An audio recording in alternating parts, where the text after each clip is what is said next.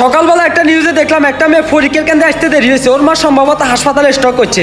ওই কারণে মেয়েটা পরীক্ষার কেন্দ্রে আসতে দেরি হয়েছে, ঢুকতে না পারার কারণে গেটের সামনে খাড়ায় খাড়া কান্না করতেছে। মেয়েটার কান্না দেখি কিছু লাইসেন্সবিহীন সাংবাদিক মেয়েটারে গিরি ধরছে চতুর্পাশে, আসে এভাবে একটা মোবাইল দিয়ে আর একটা মাইক্রোফোন দিয়ে ভিডিও করতেছে। আপু কি হয়েছে, কি হয়েছে?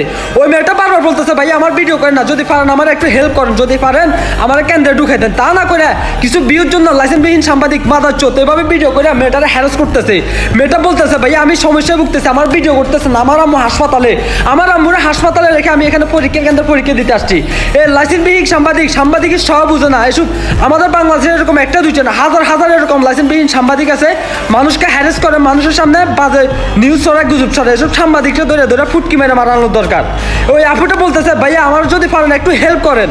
তা না শুনে ভিডিও এভাবে একটা মাইক ধরে সামনে করলে, একটা ভিডিও করলে কি সাংবাদিক হয়ে যেতে পারে ভাই? তাহলে কালকে থেকে আমিও নেমে যাবো যে সাংবাদিকের কাজ, আমিও সাংবাদিক, একটা মোবাইল নিয়ে একটা ভাবে মাইক নিয়ে দাঁড়ায় যাবো যে আমিও সাংবাদিক, আমিও ভিডিও করতেছি, আমিও ছাড়তেছি। কী ভাব হইলো, কী ভাব? আপনারা মানুষকে হ্যারাস করে কী পান? আমার একটু এই কথাটা বলেন। ওই মেয়েটা ওর মেয়ের মার স্ট্রোক করছে হাসপাতালে, ওই মেয়ের মারে হাসপাতালে রেখে আইছে পরীক্ষার কেন্দ্রে।